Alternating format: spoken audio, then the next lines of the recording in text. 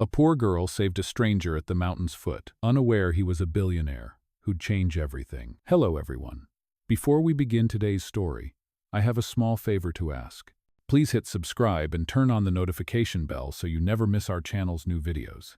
It's quick, free, and the best way to support us in bringing you more dramatic stories. Your support means the world to us. Where are you watching from? Drop your city or country in the comments below. Thank you very much. Now, let's get back to our main character. The rain had just stopped at the foot of the Blue Ridge Mountains. A thin layer of fog hung low, curling around the pine trees like ghostly ribbons.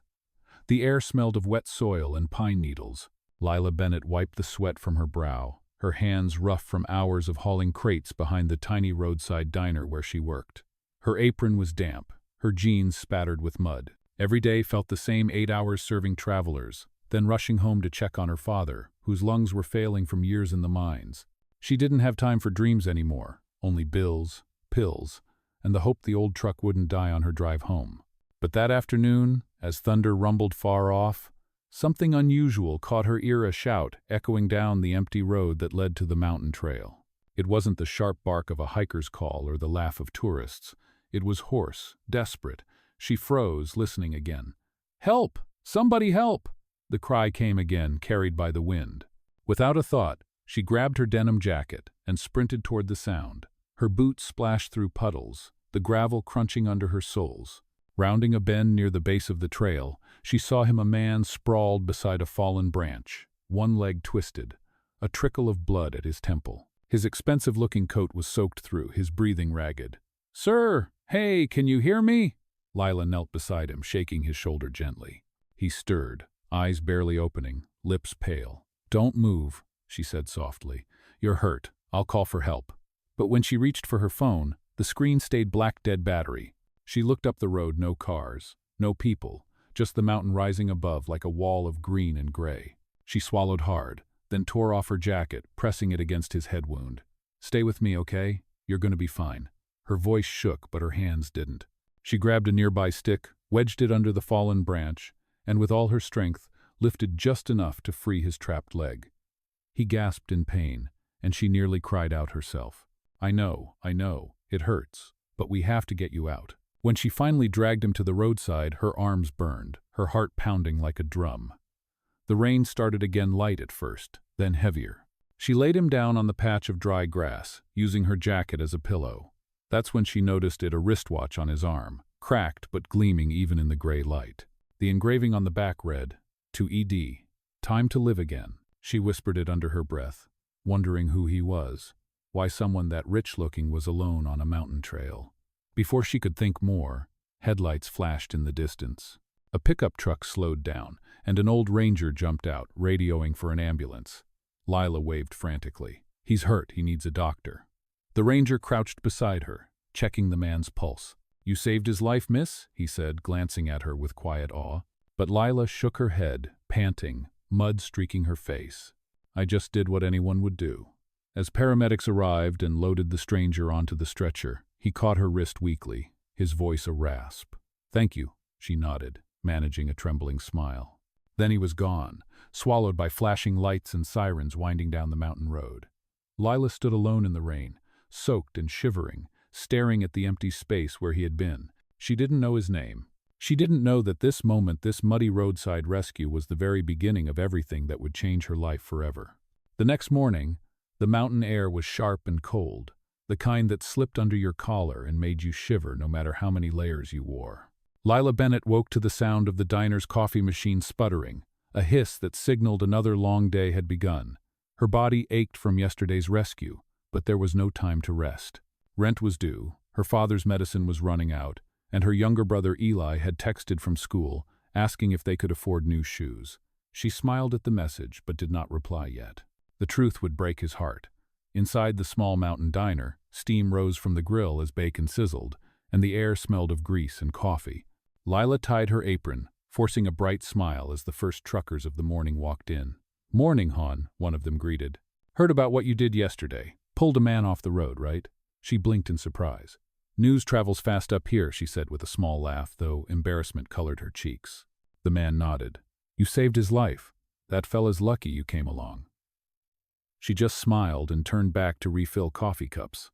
She did not feel like a hero. She felt tired. By noon, the clouds had cleared, revealing the jagged green ridges stretching beyond the highway. When the lunch rush slowed, she stepped outside for air. Her old truck sat at the edge of the parking lot, one headlight fogged with moisture, its paint fading. In the distance, she could see the road where she had found the stranger. The memory replayed in flashes, the sound of his breathing, the weight of the fallen branch, the engraved words on the back of his watch. To ED. Time to live again. She had wrapped the watch in a handkerchief and tucked it into her locker, meaning to give it to the Rangers later. Yet something in her stopped. Maybe curiosity, maybe something else. At home that night, her father was waiting by the window, his oxygen tank humming softly.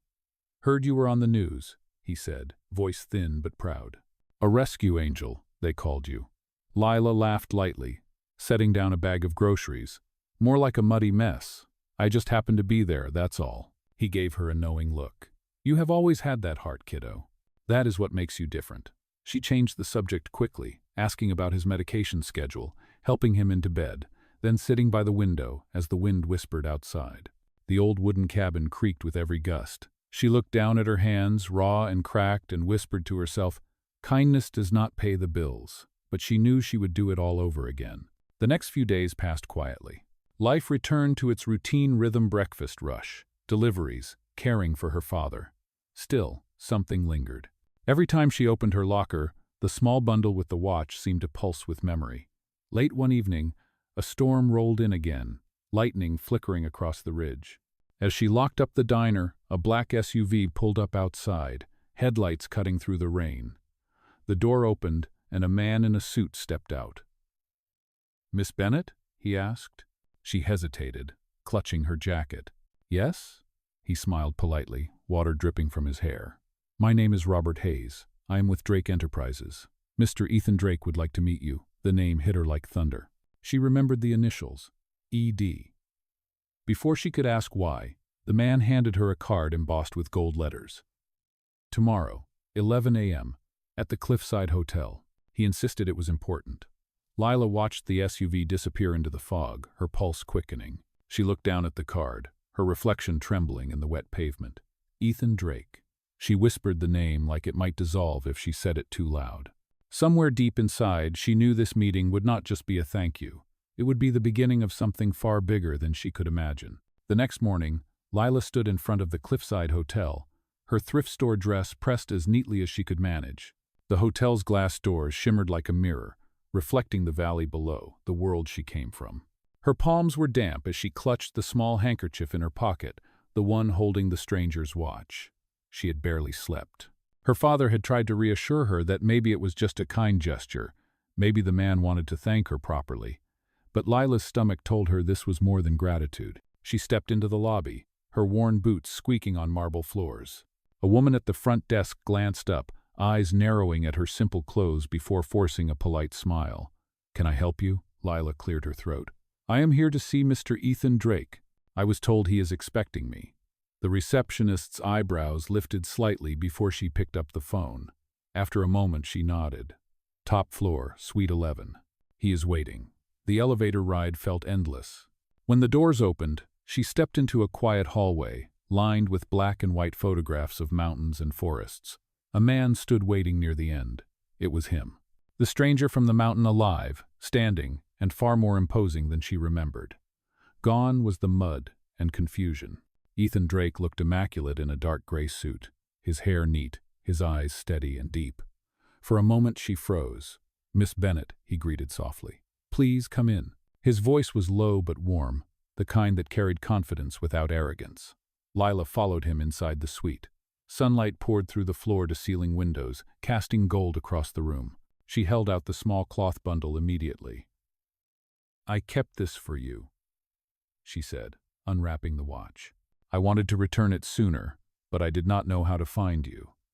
Ethan took the watch gently, his fingers brushing hers. "You saved my life, Lila. There is nothing I can say that feels enough for that." She shook her head quickly. "You do not owe me anything. Anyone would have done the same." He smiled faintly. "I am not sure about that." He turned the watch over, reading the engraving again, then looked back at her. That line, "Time to live again," was my late wife's last gift before she passed. I had stopped believing in second chances until that day on the mountain. Lila's breath caught. She had not expected that weight in his words. "I am sorry," she said softly. Ethan nodded, slipping the watch into his pocket. "You brought me back, not just to life, but to something I had forgotten what it feels like when someone helps without wanting anything in return." He motioned toward the window. "I grew up near these mountains. My company has been planning a development project here, but I realized after the accident that we have been building the wrong way. I want to do something different, sustainable, real. I need someone who knows this town, someone who understands what it needs." Lila blinked, unsure she had heard correctly. "You mean me?" He nodded. "Yes, you. You know the people. You know the land. I would like you to join the project team as a local consultant. Full-time, paid." Lila's heart raced. "Mr. Drake, I have no experience. I work at a diner. I do not even have a degree," he smiled. "I do not hire resumes. I hire values. You already proved you have what most people do not heart." She looked down, speechless. "I cannot accept," she murmured. "I cannot leave my father, and I do not belong in a place like this." Ethan took a step closer, his voice gentle. "You saved me once, Lila. Let me return the favor. You belong anywhere you choose to stand." For a long moment, she said nothing. The clock on the wall ticked softly between them. Finally, she nodded, tears stinging her eyes. "I will think about it." He smiled, relief flickering in his gaze. "That is all I ask." As she left the suite, the air outside felt different, lighter somehow. She held her head higher, the card he had given her warm in her palm. She did not know it yet, but this meeting, this offer, was the true beginning of everything her life was about to become. That night, Lila lay awake staring at the cracked ceiling of her small cabin. The words, "You belong anywhere you choose to stand," echoing over and over in her mind. The rain tapped softly against the window, and the glow of her father's oxygen machine pulsed like a heartbeat in the corner. She turned on her side, watching him sleep, his frail chest rising and falling in rhythm with the hiss of the tank. She thought about Ethan Drake, his calm voice, his eyes that seemed to see through everything, and she wondered what kind of man he truly was. Billionaires did not visit mountain diners. They did not remember the names of waitresses or offer them jobs that sounded more like dreams than reality. But Ethan did, and that confused her more than anything. By morning, the storm had passed. The mountain air was sharp again, carrying the scent of wet pine and sunlight breaking through clouds. Lila brewed a pot of coffee and sat beside her father. "Dad," she said quietly, "what if someone offered me a job, something better, something that could help us?" He smiled, his weathered face softening. "Then you should take it, sweetheart. You have spent your whole life helping others. Maybe it is time someone helped you." His words settled deep in her chest like a promise. Later that day, she found herself back at the Cliffside Hotel, her heart pounding as she stepped into the conference hall. Ethan was there, surrounded by a small team of executives and architects. The moment he saw her, he excused himself and walked over. "You came," he said simply, his voice warm with surprise. "I wanted to understand what you meant about that project," she replied. He gestured toward a large map on the table. "This area, your home, is where we plan to build the new Drake Eco Resort. But after the accident, I realized development should not mean destruction. I want to create jobs for the locals, preserve the trails, and make this place better for everyone who already lives here." She studied the map, tracing her finger along the roads that wound through the valley. "You really mean to do that?" she asked. Ethan nodded. "With your help." One of the executives, a woman in a sleek black suit, approached. "Mr. Drake, we have alternatives already approved. Bringing in locals without credentials could slow us down." Ethan's tone turned firm. "Lila is the reason I'm standing here today. Her insight matters more than any credential." The woman blinked, caught off guard, then stepped back silently. Lila felt a rush of embarrassment and gratitude at once. "You did not have to say that," she whispered. "Yes, I did," he said simply. The rest of the meeting passed in a blur of plans and sketches. When it ended, Ethan walked her to the elevator. "You do not have to decide now," he said. "Take your time. I know it is a big change." She nodded, gripping the strap of her bag. "It is more than that. It is scary." He smiled softly. "Good things usually are." Outside, the sun dipped behind the ridge, painting the sky in streaks of gold and violet. She drove home slowly, the radio humming low, her thoughts spinning. When she reached the cabin, her brother Eli ran to greet her, waving a test paper covered in red A's. "I did it, Lila! I passed math!" he shouted. She hugged him tightly, laughter spilling out of her. For the first time in months, she felt something like hope. That night, after dinner, she sat by the window again, watching the moonlight stretch across the trees. She took out the business card Ethan had given her, its edges smooth and crisp. Beneath his name was a handwritten note she had not noticed before. "You once gave time to a stranger. Now let me give some back." She smiled, shaking her head. Maybe the universe really did have a strange sense of balance. Outside, the wind whispered through the pines, and for the first time, she allowed herself to imagine a life beyond survival, a life where kindness could build more than memories. 2 weeks later, the diner where Lila had worked for years buzzed with quiet gossip. Locals had started whispering that she had been seen driving a company car, wearing clothes that were not secondhand anymore. Some said she had caught the attention of the billionaire she rescued. Others said she was just another worker on his fancy project. Lila ignored the talk. Each morning, she now drove to the new project site, where surveyors and engineers marked the ground near the base of the mountain. Ethan had kept his promise. Instead of bulldozers, there were careful plans to restore the forest and hire local hands. The first day she arrived, Ethan had introduced her to the team as our local advisor, and though she had wanted to shrink from the title, the way he said it made her stand taller. She learned fast about permits, budgets, and environmental reports, but more than anything, she learned about Ethan himself. He was disciplined, patient, and often quiet, yet whenever they walked the trails together, there was a gentleness in his eyes that she could not ignore. One afternoon, they hiked up the ridge to review the new layout for the eco-cabins. The wind was cool, the air filled with the scent of cedar. Lila stopped to catch her breath, laughing. "You really think people will pay to stay this far up?" Ethan smiled faintly. "Peace is rare. People will pay for what they cannot find in cities." She tilted her head, teasing, "Is that what you were looking for that day on the mountain?" His smile faded slightly, and he looked toward the horizon. "Maybe, or maybe I was just lost." The silence that followed was not awkward. It was full of something deeper, something unspoken. They stood there for a long moment until he said quietly, "You remind me of my wife, in a way. She believed in fixing things instead of replacing them." Lila's voice softened. "You must have loved her very much." "I did," he said, then looked at her with an intensity that made her chest tighten. "And she would have liked you." They walked down together without saying more, but the air between them had changed. Over the next days, Lila noticed how Ethan lingered near her workspace, asking about her father's health, or offering to drive her home when the road was foggy. She told herself it was just kindness, nothing more. Yet every time he smiled, her heart betrayed her. One evening, as the sun melted into amber light, Ethan invited her to dinner with the board members at the hotel restaurant. "You deserve to be recognized," he said. She hesitated but agreed. The restaurant glowed with soft golden light, the sound of glasses clinking against fine china. For the first time, Lila felt out of place again, the only one without designer clothes or polished speech. One of the investors, a tall man with slicked hair, leaned forward during dinner. "So, Miss Bennett," he said with a smirk, "what exactly qualifies you for your role, aside from saving our CEO's life?" The table went silent. Lila's cheeks burned. Before she could respond, Ethan's voice cut through the tension. "Her integrity does," he said firmly, "and that is something no resume can teach." The investor laughed uneasily and looked away. Lila glanced at Ethan, gratitude flickering in her eyes. After dinner, as they stepped outside, the mountain breeze cooled the heat from her face. "You did not have to defend me," she said quietly. "Yes, I did," Ethan replied. "You earned your place." For a moment, neither moved. The sound of the wind filled the silence between them. Then Ethan added, almost in a whisper, "I do not think I have ever met anyone quite like you."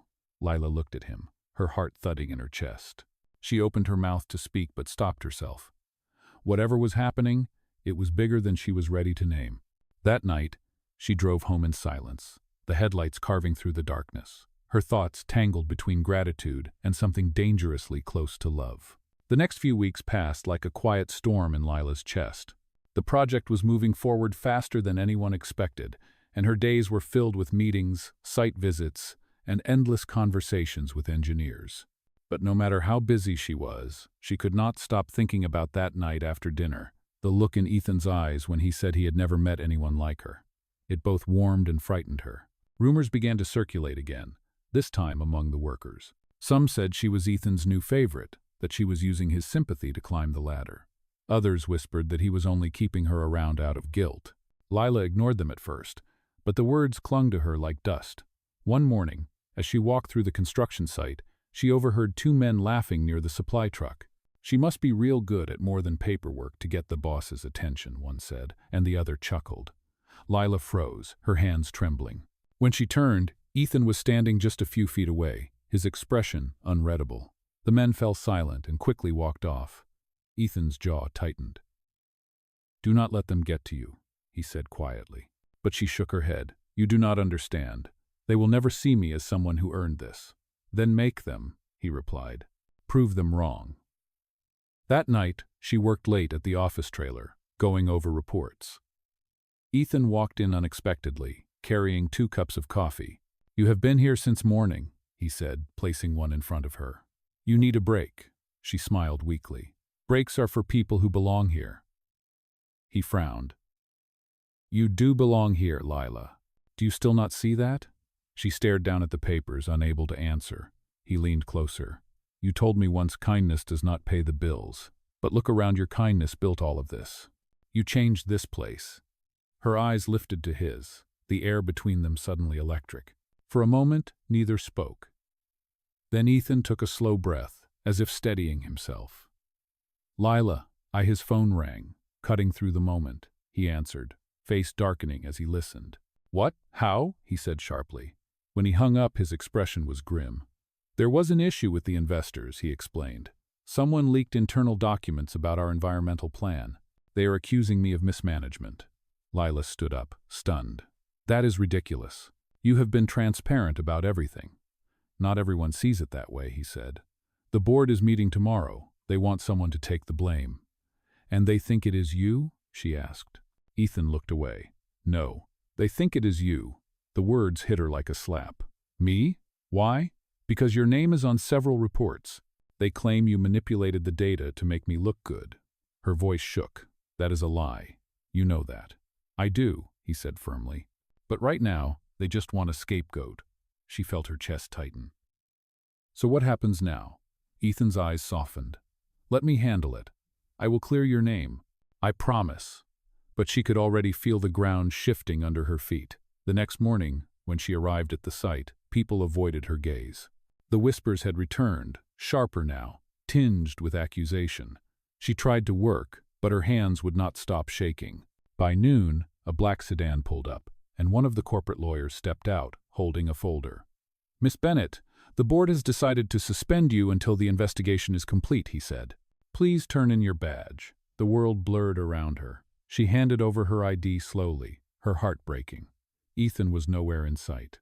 As the car drove away, the mountain loomed in the distance, the same place where she had once found him bleeding and helpless. Now, she was the one left standing alone at the foot of the mountain, wondering if kindness had finally cost her everything. For days, Lila felt as if the world had turned its back on her. The small town that once admired her for saving a stranger now looked at her with suspicion. When she stopped by the diner to grab coffee, the whispers followed her like a shadow. "They say she took company money," one woman murmured.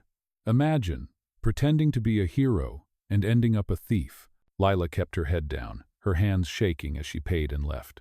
At home, her father noticed the change in her eyes. "What happened, sweetheart?" he asked, his voice weak but gentle. She forced a smile. "Nothing I cannot fix, Dad.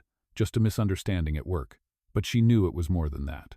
It was her name being dragged through the mud, her dignity stripped away by people who did not even know her.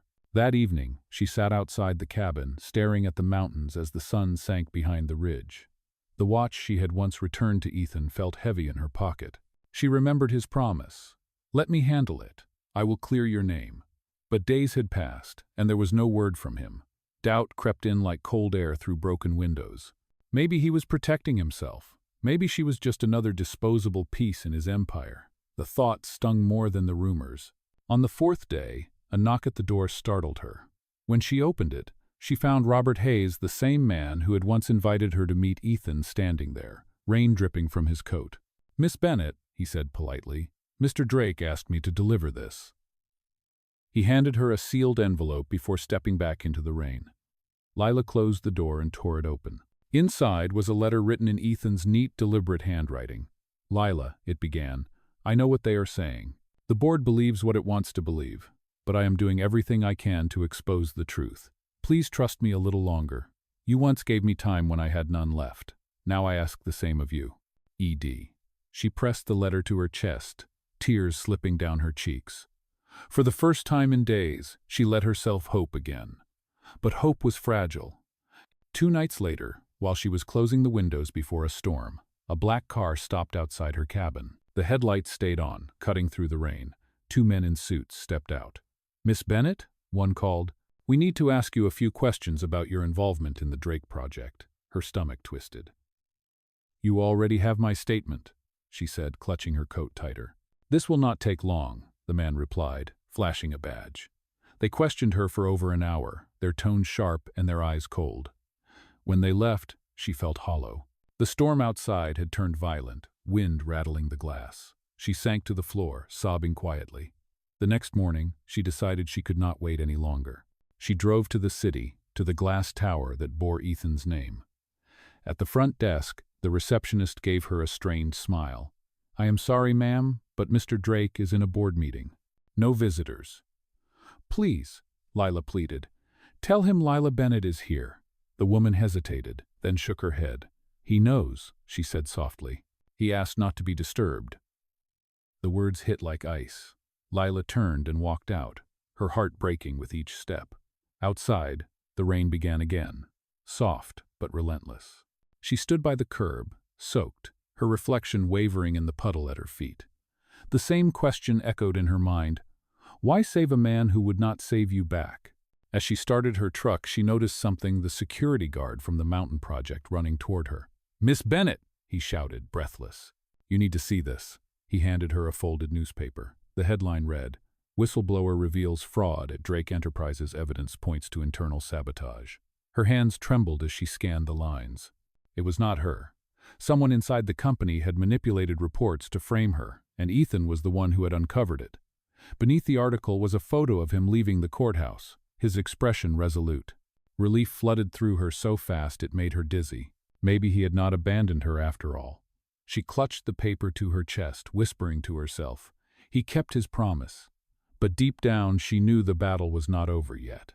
The following morning, the entire town buzzed with the same headline. Drake Enterprises cleared of fraud allegations. Local woman exonerated. Lila read the words again and again, hardly able to believe them. Ethan had kept his promise. He had stood before the board, presented every piece of evidence, and proved that the real culprit was one of his senior executives, a man who had forged data and funneled funds through fake environmental accounts. The company had issued a public apology to her, but it did not erase the pain she had endured. Still, justice, at last, felt like a breath she could finally take. That afternoon, a car pulled up outside her cabin. When the door opened, Ethan stepped out. He looked exhausted, his suit rumpled, his eyes heavy, but when he saw her, relief softened every line on his face. Lila, he said quietly, I am so sorry you went through that. I should have protected you better. She shook her head, her voice trembling. You did more than I expected. You believed me when no one else did. He took a step closer, his gaze earnest. Believing you was never the hard part. Losing your trust was. For a moment they just stood there, the sound of the wind moving through the trees around them. Finally, Ethan reached into his pocket and pulled out the watch she had once returned to him. This belonged to my wife, he said, his voice soft. But I want you to have it now. It reminds me that time only means something when we spend it on what truly matters. She shook her head immediately. I cannot accept that, Ethan. You can, he insisted gently, pressing it into her hand. Because it is not payment, it is a promise. She looked down at the watch, the gold glinting softly in the sunlight. A promise for what? She whispered. He smiled faintly. That I am not going anywhere. Over the next few weeks, Ethan stayed in the mountain town, determined to finish the project the right way. Lila helped him rebuild the trust of the locals, speaking at meetings, explaining how the new eco-resort would employ families instead of replacing them. Slowly, the tension began to fade. People smiled at her again when she walked through town. Her father's health improved, and even her brother Eli started helping at the construction site after school. One evening, near sunset, Ethan invited Lila to the site's overlook a wooden platform facing the valley. The view stretched for miles, glowing orange and gold beneath the setting sun. "You know," Ethan said quietly, "I thought building this resort would give me peace. But it was not the land or the money, it was you." Lila laughed softly, though her heart pounded. "You are just saying that because I saved your life." He smiled. "No, I am saying it because you gave me a reason to live it better." She turned to look at him, and in that golden light, he looked both powerful and fragile, like someone who had learned the hard way what mattered most. "Ethan," she began, her voice low, "what happens when this is all finished? When you go back to your world?" He met her eyes. "This is my world now." Before she could answer, he reached into his jacket pocket and pulled out a small velvet box. Her breath caught. He opened it slowly, revealing a simple gold ring that shimmered like the evening sky. "I know you never wanted anything from me," he said softly, "but I cannot imagine a life without you in it. Lila Bennett, will you stay by my side, not as my employee, but as my partner?" Tears welled in her eyes. She covered her mouth with one hand, unable to speak for a moment. Finally, she whispered, "Yes, but only if we promise to keep building things that matter." He smiled, slipping the ring onto her finger. "That is the only kind of building I ever want to do." As the sun sank below the horizon, the valley below glowed like fire, and the sound of the wind through the pines carried their laughter into the fading light. For the first time in years, time itself felt right again. A year later, the mountains no longer looked like a place of struggle but a place of beginnings. The Drake Eco Resort stood completed, blending naturally into the pine-covered slopes. Wooden cabins lined the hillside, powered by solar panels, surrounded by gardens that locals had planted themselves. The once skeptical town now thrived again. Families who had feared losing their homes were now proud employees, artisans, and guides. On opening day, Lila stood beside Ethan on the terrace, overlooking the valley that had once nearly taken his life. The air was fresh and cold, filled with the hum of voices and laughter. A banner fluttered in the breeze. "Grand Opening, Lila Springs." When Ethan unveiled the name, the crowd gasped, then erupted in applause. Lila turned to him stunned. "You named it after me?" she whispered. He smiled. "After the person who reminded me what life is worth." Her eyes shimmered with tears as she took his hand.